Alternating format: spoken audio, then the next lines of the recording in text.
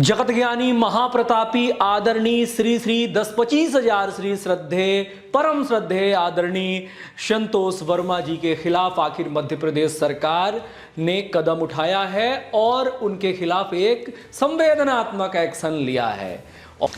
जय हिंद साथियों, नमस्कार। मैं हूं आपका दोस्त ललित व्यास। आखिरकार मध्य प्रदेश की मोहन सरकार ने परम प्रतापी महाज्ञानी श्री श्री 10-25,000 श्री परम श्रद्धेय संतोष वर्मा जी के खिलाफ एक्शन ले लिया है और उनको फिलहाल सस्पेंड किया हुआ है और एक विभाग से हटाकर दूसरे विभाग में अटैच कर दिया है। फिलहाल उनको कोई भी कार्य नहीं दिया गया है।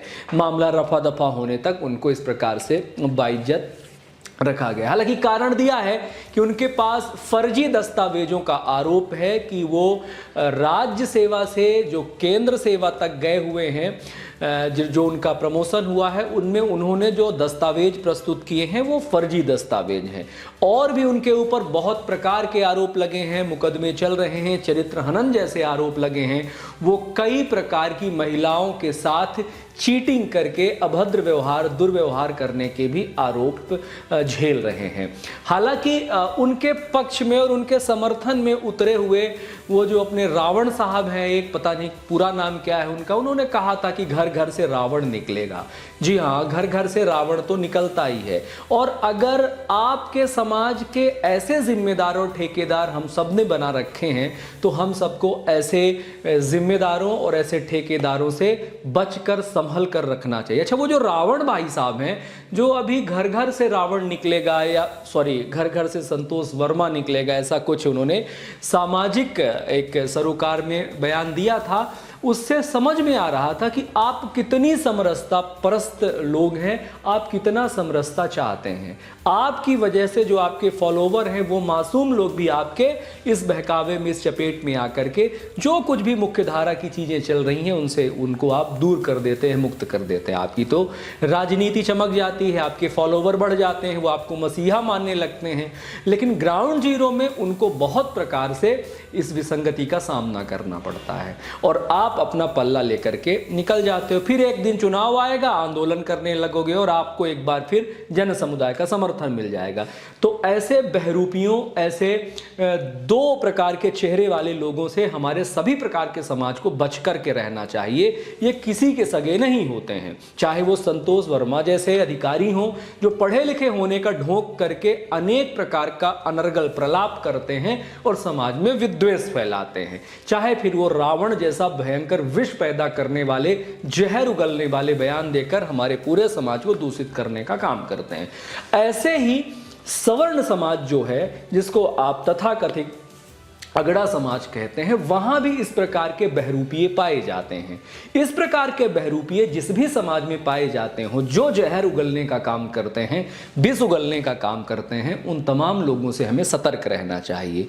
ये तथाकथित दलित और पिछड़े समाज में भी पाए जाते हैं और ये तथाकथित अगड़े और सवर्ण समाज में भी पाए जाते हैं। दोनों तरफ दोहरे चरित्र वाले लोग पाए जाते हैं। अब हम बात करते हैं, चूंकि तात्कालिक घटना है संतोष वर्मा जी की। संतोष वर्मा जी ने ना केवल एक समाज विशेष की बहु बेटियों के लिए नाजायज शब्दों का प्रयोग करके और इस प्रकार से प्रलाप किया था, बल्कि क्षमा याचना करने की बजाय जैसे ही रावण ने हूल दिया वैसे ही ये भी बिल से निकल करके सामने आए और इनका मनोबल और बढ़ गया और इनको लगा कि जैसे समाज के सारे लोग इनके तमाम जो अनर्गल प्रलाप हैं उनके समर्थन में खड़े हो जाएंगे। बहुत सारे लोग समर्थन में खड़े होने का प्रयत्न भी कर रहे हैं और प्रयत्न भी किए, लेकिन ऐसे किसी भी प्रकार के प्रलापों का अगर आप समर्थन करते हैं तो निश्चय करना होगा, क्योंकि आज आधुनिकता का जमाना है, आज शिक्षा का जमाना है। कुशिक्षित लोग तो बहुत सारे हैं, लेकिन हर समाज में सुशिक्षित लोग भी हैं और उन सबको पता है किस प्रकार के बयान से, किस प्रकार के शब्दों का प्रयोग करने से समाज में किस किस प्रकार की चीजें निकल करके सामने आ सकती हैं। तो कोई भी आकर के हूल देगा और इस प्रकार की वैमनस्यता से संबंधित बातें करेगा और लगेगा कि ये समाज का क्या कल्याण कर रहे हैं, ये समाज के लिए विष का काम कर रहे हैं, तो निश्चित तौर पर यह पाया जाएगा कि समाज के लिए विष का काम कर रहे हैं। जब मध्य प्रदेश सरकार ने इन पर एक्शन लिया, 65 से 70 सामाजिक संगठनों ने, ब्राह्मण सामाजिक संगठनों ने यह प्रेशर तैयार किया कि निश्चित तारीख को मुख्यमंत्री निवास का घेराव किया जाएगा और बहुत प्रकार के विरोध के स्वर, हर समाज से विरोध के स्वर निकल करके आने लगे थे, तो अंततोगत्वा गवर्नमेंट को ये एक्शन लेना पड़ा। और ये अभी संवेदनात्मक एक्शन है, सहानुभूति का एक्शन है कि चलो ठीक है, बहुत सारे लोग विरोध कर रहे हैं तो एक छोटा सा सस्पेंड कर देते हैं, फिर मामला रफा दफा हो जाएगा तो देखा जाएगा। उन पर नियमित निलंबन की मांग है संगठनों के द्वारा, और ऐसे अधिकारों का नियमित निलंबन होना चाहिए। इसमें औपचारिक सस्पेंड की कोई जगह नहीं है। अब चाहे वो किसी भी प्रकार के समाज में इस प्रकार का दुष्व्यवहार, नीचे चैट बॉक्स में, कमेंट बॉक्स में बहुत सारे लोग लिखेंगे फलाने ने फलाने के ऊपर जूता फेंका, जो भी गैर जिम्मेदाराना काम करता है, गैर जिम्मेदाराना हरकत करता है, मैं तो कहता हूं सबके लिए एक समान कानून है, और एक समान कानून पर उनके खिलाफ मुकदमे होने चाहिए, एक्शन होना चाहिए। फिलहाल अभी जो ज्वलंत मुद्दा है उससे ना भटकते हुए बाद में जिनके खिलाफ करना है उनके लिए अपन बातें करेंगे। फिलहाल अपने ये रावण साहब जो लगातार हुल देते रहते हैं और ये सामाजिक विखंडन जैसी बातें करते हैं, इसको सामाजिक समरसता नहीं कहते हैं। तो अगर आपके अंदर इतना अहंकार है, अगर आप हर घर से रावण निकलेगा वाली कॉन्सेप्ट लेकर के, थ्योरी लेकर के चलते हैं, तो फिर ओवैसी के भाई ने क्या बुराई कही थी?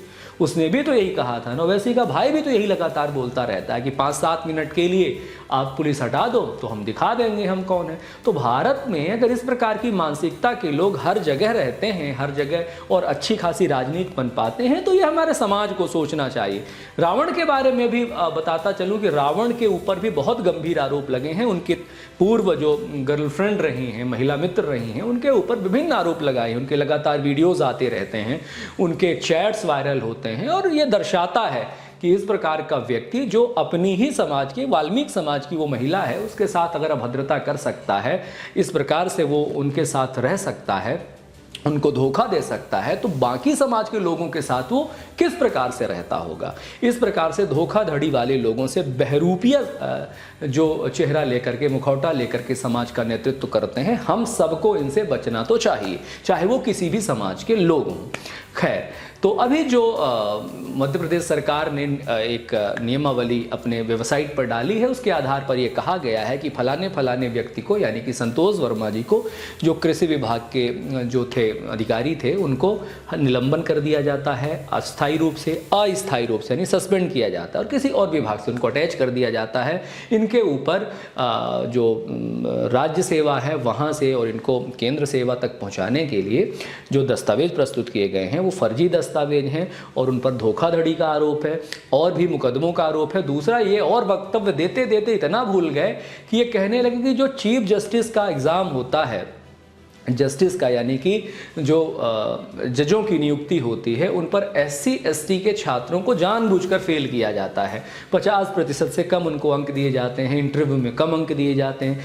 मतलब ये तथाकथित डायरेक्ट आरोप लगा रहे हैं कि इस प्रकार की धांधली सिर्फ इस वजह से की जाती है जिससे SC ST के लोगों को जज ना बनने दिया जाए। तो ये भी खुल्लम खुल्ला किसी पद पर रहते हुए आरोप लगाते हैं। विसंगतियाँ होती हैं तो उन विसंगतियों के खिलाफ हमें लड़ाई लड़नी चाहिए। वो कहते हैं कि SC ST के बच्चे IAS IPS बन सकते हैं लेकिन जज नहीं बन सकते हैं। अभी आरक्षण खत्म नहीं हुआ है, आरक्षण है, लेकिन वहाँ पर जजों की नियुक्ति के लिए जो नियमावली है उसके आधार पर ही कार्यक्रम हो रहे हैं। अब आप जब कहते हैं कि जानबूझकर उनको 50% से कम अंक दिए जाते हैं जिससे वे बच्चे जज ना बन पाए, तो ये बेबुनियाद हो जाता है। और आप ऐसे अनर्गल बयानबाजी, गैर जिम्मेदाराना बयानबाजी के लिए नहीं बने हैं। भारत सरकार हो, केंद्र की सरकार हो, राज्य की सरकार हो या समाज हो, अभी किसी भी प्रकार से आरक्षण को ख़त्म नहीं किया गया है, ना ही आरक्षण का रिवीजन किया गया है। जो जहां जैसे आरक्षण दिए जाते थे उनको वैसे ही यथावत रखा गया है। और मैं निजी तौर पर तो मानता हूं कि ज़रूरतमंदों को आरक्षण दिया जाना चाहिए, क्योंकि अभी भी स्थिति उतनी अच्छी नहीं हुई है जितनी अच्छी होनी चाहिए थी। तो मैं कभी निजी तौर पर आरक्षण का विरोध नहीं करता, उसके रिवीजन के पक्ष में रहता हूं कि समय समय पर उसका रिवीजन करते हुए एक समय ऐसा तो आना चाहिए कि जब उसकी आवश्यकता ना ही पड़े। लेकिन अब आरक्षण के रिवीजन के लिए भी आप लोगों के समाज में, लोगों के घरों में, लोगों के निजी जगह पर घुस करके उसके अस्मिता के साथ अगर आप व्यवहार करेंगे कि ये होगा तो ही ऐसा होगा, तो ये संभव नहीं है।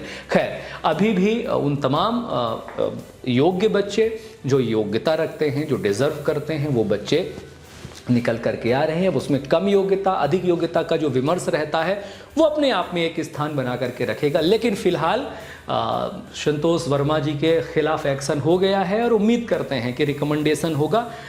केंद्र सरकार ही उसको हटा सकती है, राज्य सरकार के पास इतना ही अधिकार होता है कि सिर्फ उसको सस्पेंड कर सकते हैं। यहाँ से एक नोट शीट जाती है, उन पर चार्जशीट बनती है, चार्जशीट बनने के बाद केंद्र सरकार ये निर्णय लेती है कि इनको हटाया जाना चाहिए या नहीं हटाया जाना चाहिए। वहाँ से आता है आदेश, उसके बाद ये निर्धारित होगा। फिलहाल प्रारंभिक तौर पर तो उनके खिलाफ एक्शन ले लिया गया है। सामाजिक संगठनों की लड़ाई ने थोड़ा सा एक अच्छा काम किया है और उनको संतुष्ट करने का मौका मिला, लेकिन संतुष्टि अभी नहीं होगी जब तक ऐसे किसी भी प्रकार के जहरीले व्यक्तियों को पूरी तरह से निलंबित और उनके खिलाफ मुकदमा दायर नहीं होगा, तब तक ये सारी चीज़ें चलती रहेंगी। और ये समाज विद्वेष से नहीं चलेगा, ये समाज स्नेह से चलेगा, प्रेम से चलेगा, करुणा से चलेगा, दया से चलेगा, एक दूसरे की समरसता से चलेगा, एक दूसरे की भावनाओं को सम्मान करने से चलेगा, एक दूसरे का इज्जत बरकरार रखने से चलेगा। ऐसा नहीं है कि हम इतिहास के गुणों को लेकर के व्याख्या करके यहाँ पर आकर के एकदम फिर रायता फैलाते रहें। फिलहाल उनके खिलाफ एक्शन हो गया है और